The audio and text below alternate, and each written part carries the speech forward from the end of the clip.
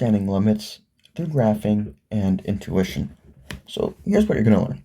How to understand limits through graphing, how to show that limits exist, what a left-hand and right-hand limit is, and calculating limits. Calculating limits without L'Hopital's rule, that's a bit more advanced and for a later time. So first, let's understand what a left-hand and right-hand limit is. So what if I just take this function, f of x equals x squared. However, let's say x cannot equal 2. So right here, we have what's called a whole discontinuity. What this means is the graph is completely fine, but exactly at x equals 2, there is no value. Do not let this deter you, all right? So what we have to do is look at what the graph is going to look like really close to 2 from both the left and right hand side. So at like 1.999999 and also 2.00001. So what we do here was to write it down, we write limit as x goes to 2 of x squared. However, in this case, x cannot be 2, right? So that's a bit of a problem. So what we do is we write this little symbol to show that it's the left-hand side. It's just a negative sign. And we do the same thing, but we write plus to show that we mean right-hand side. So let's just look at the left here. We keep going along here, and we keep going along, we get really close to x equals 2. It's going to look like from this left side here, right here, that's going to equal 4, right? And if we look from the right side here, it keeps going along this way. Well, it's also looking like it's going to equal 4. So in this case, even though x cannot equal 2, the left and right hand limit makes it look like as it's going towards 2, it's going to equal the same thing. Which means the left hand limit, which we will call LHL, will equal the right hand limit, which we'll call RHL. And since they are equal, we can say that the limit exists. And we can say that the limit, which we can write as exactly the same as what we have here, all we have to do is just write it without the plus or minus sign, equals 4, because they're the same. Alright, what happens if a limit doesn't exist? Well, there's different cases of this, but one example, which I'm going to show through graphing, is this piecewise function. So we have a function where x will equal 2 from negative infinity to 1. However, the function will equal 4 from 1 to infinity. What if we want to find the limit as x approaches 1? Well, let's start by looking at x equals 1, right? From the left, it looks like it's just going to equal 2, the value of the function. So I'm just going to write, I'm not going to write all of this out again. I'm just going to write the left-hand limit will equal 2. So now let's take a look at the right-hand limit. Well, when going pretty close to 1 from the right-hand side, it's going to equal 4. Since these two do not equal, the left-hand limit does not equal the right-hand limit, we say that the limit does not exist. So this is another type of discontinuity. In this case, there's a jump in the graph, so the limit doesn't exist. It's not the same from the left and right side. However, in the prior case, even though there's a discontinuity, since it looks like it's going to the same value from both sides, there is still a limit. However, if we go back to the example we were just at, if I were to look at the graph, and let's say x equals negative 2, so this point right here, At that point, a limit does exist, because from here, it looks like it's going to equal 2. And coming from this way, it looks like it's also going to equal 2.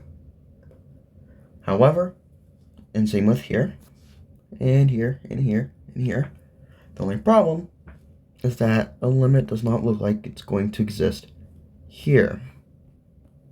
Alright, but let's go to another example. Let's say we don't have a graph. There's different ways of solving a limit without a graph. So we have a function, f of x equals sine x over x. In this case, I got a table of values. So what you can do is you can plug in values, and what we're going to do is look at the limit as x goes to 0 here. So I just wrote some values. X equals 0.1. Right? I just forgot a 9 there. So this is going to equal 0.99 and 0.01, 0.99998, right? If we add more and more and more zeros, it's going to eventually, equal 1. And that's the right-hand limit from the right side of 0. So right here, we can say that the right-hand limit of sine x over x equals 1. So the same thing happens from the left-hand side. If we look at negative 0.1, it equals 0.998 of the function. So when x equals negative 0.01, the same thing happens.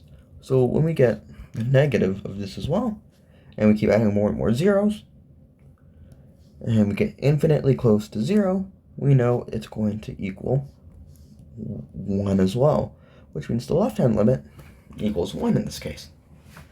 And since both the left-hand and the right-hand limit are equivalent, right? The left-hand limit equals the right-hand limit. We can confidently say that the limit as x approaches 0 of sine x over x equals 1. However, there's another way of solving the limits. So let's say we have f of x equals x cubed, and we want to look at the limit as x goes to 3. What we can do is just take this number and plug it into x. So for example, this would just equal 3 cubed, which is 27. Another example, let's have another function. Let's call it g of x. And let's say it equals e to the x.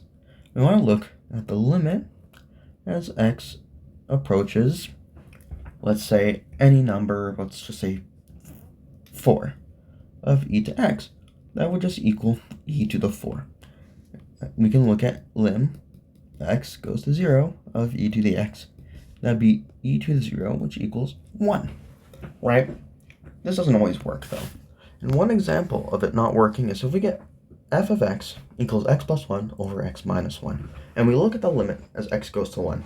So what happens is when I plug in 1 to here, well, 1 plus 1 equals 2.